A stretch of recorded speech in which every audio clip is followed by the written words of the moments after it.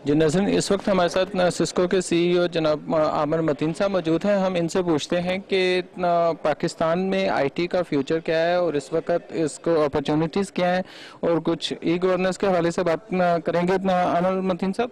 ये बताइए कि पाकिस्तान में जो है ग्रास रूट लेवल पे इतना किस हद तक कुछ अर्सा पहले ही ये इतना आईटी का सेक्टर शुरू हुआ, बहुत माशाल्लाह आगे निकल गया, लेकिन अभी इस वक्त आप क्या कि ग्रास रूट लेवल तक किस हद तक अपॉर्चुनिटीज़ देखते हैं? मैं समझता हूँ अपॉर्चुनिटी इस फील्ड में बहुत ही ज़्यादा है। इसकी एक वजह यह है कि मैं आपके साथ शेयर करना चाहता हूँ। इस वक्त एक प्रोजेक्ट चल रहा है पंजाब में जिसको कहते हैं लैंड रिकॉर्ड मैनेजमेंट सिस्टम। अच्छा, ये जो हमारा जो देहात में लैंड रिकॉर्ड्स का सिस्टम है, ये अब मैं वसूख से तो नहीं कह सकता, बट एटलीस्ट 300-400 साल पुराना है, जिसकी वजह से कोई ये 100% साबित नहीं कर सकता कि ये जो ज़मीन है ये वाकई मेरी है। अगर है भी मेरी तो इसकी हदूद क्या हैं। अच्छा, इसके नतीजे में आप ना इसको बैंक में गिरवी रखवा सकते हैं, ना बैंक को कर्ज ले सकते हैं, वगैरह वगैरह। अगर ये अच्छा, ज़्यादातर जो आप हाई कोर्ट और सुप्रीम कोर्ट में केसेस देखते हैं वो भी ज़मीन के बारे में केसेस चल रहे होते हैं। तो अगर इसको किसी तरीके से हम ऑटोमेट कर सकें तो काफ़ी हद तक हमारी जो ज़मीन वाले रिलेटेड मसाइल हैं ये ख़त्म हो जाएंगे। पाकिस्तान में इस वक्त प्रोजेक्ट्स चल रहे हैं। It is not a fairy tale, it is not a future story. इस वक्त प्रोजेक्ट्स हैं ऑन गोइंग जिसमें आईटी का इस्तेमाल करते हुए ये सारा निज़ाम जो है वो ऑटोमेट कर दिया गया है। कई डिस्ट्रिक्ट्स में इस वक्त इनफैक्ट आजकल ही ये प्रोजेक्ट्स फाइनलाइज किए जा रहे हैं और अवार्ड किए जा रहे हैं आईटी कंपनीज़ को। ये पाकिस्तानी आईटी कंपनीज़ को अवार्ड किए जा रहे हैं। ये सारा सॉफ्टवेयर जो है पाकिस्तानी आईटी कंपनीज़ ने बनाया है। मैं समझता हूँ इससे और बड़ा कारनामा नहीं हो सकता कि आप एक ऐसा मसला जो कि आपके मुल्क की जड़ों में बैठा हुआ है उसको आप हल कर सकें, और इंशाल्लाह ये हल हो जाएगा। अच्छा, इसमें एक तो था कि ये कुछ इसमें डिले नहीं हो गया, ये जो लैंड रेवेन्यू रिकॉर्ड का? कोई शक नहीं है डिले होता रहे, आखिर एक दिन ऐसा भी आएगा कि हम ये अंजाम कर देंगे।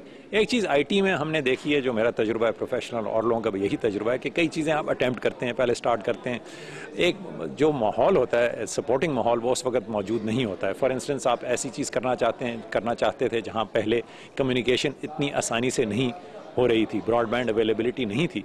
अब जब ब्रॉडबैंड अवेलेबिलिटी आ चुकी है, कई चीज़ें एक ही वक्त में जब मैच्योर होती हैं, उस वक्त जो सोल्यूशन है वो वाकई इम्प्लीमेंट हो सकता है और बहुत आसानी से इम्प्लीमेंट हो सकता है। तो इसमें कोई शक नहीं कि देर हुई, डिले हुई, मगर आखिर देर आए दुरुस्त आए, जिसको एक ना एक दिन हो जरूर जाएगा। अच्छा, ई गवर्नेंस के हवाले से आपने जैसे ये लैंड रेवेन्यू वगैरह की बात की, बिल्कुल, तो इसमें अपॉर्चुनिटीज़ तो नो डाउट हमारे पास सॉफ्टवेयर डेवलपमेंट की है और भी बहुत सारी अपॉर्चुनिटीज़ तो होंगी। इसमें थ्रेट्स क्या हैं कि हमारा जो कितनी कॉम्पिटेंसी है हमारे अंदर के, जैसे पिछले दिनों भी आए दिन जो है कोई ना कोई साइट्स हैक होती रहती हैं, या वो उसमें इसके बारे में अपॉर्चुनिटीज़ और थ्रेट्स दोनों हैं। कॉम्पिटेंसी तो एक ऑन गोइंग प्रोसेस है।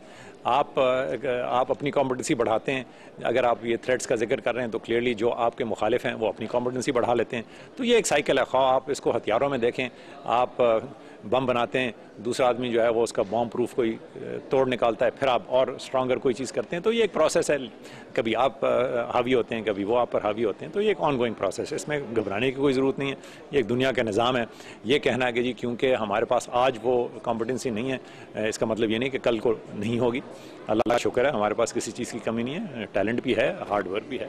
इंडिया ऑलमोस्ट इंडिया में जो है इस वक्त इंडिया बहुत आईटी के फील्ड में आगे चला गया है। अगर हम उसको अपने कंपटीटर के तौर पे हर मामले में उसको हम कम्पीट करते हैं, तो उसमें अगर आप देखें तो क्या देखते हैं कि कब तक ऐसा पीरियड आ सकता है कि हम उसको वाकई में कम्पीट कर सके? अभी तो हम उसके लेवल पे नहीं हैं। समझता हूँ कि उनको कंपेयर किसी को भी हम अपनी फिक्र करें, बाकियों को क्या फिक्र करते हैं। हम अपनी फिक्र करें, हम पिछले साल से बेहतर अपने आप को करें इस साल, और अगले साल और बेहतर करें। मार्केट इतनी बड़ी है कि ये फिक्र करने की ज़रूरत नहीं है कि भाई फलाना आदमी बड़ा अच्छा कर रहा होगा। मैंने अपने कारोबार को बढ़ाना है। तो as long as we focus on that, मैं समझता हूँ कि बहुत फ्यूचर ब्राइट है।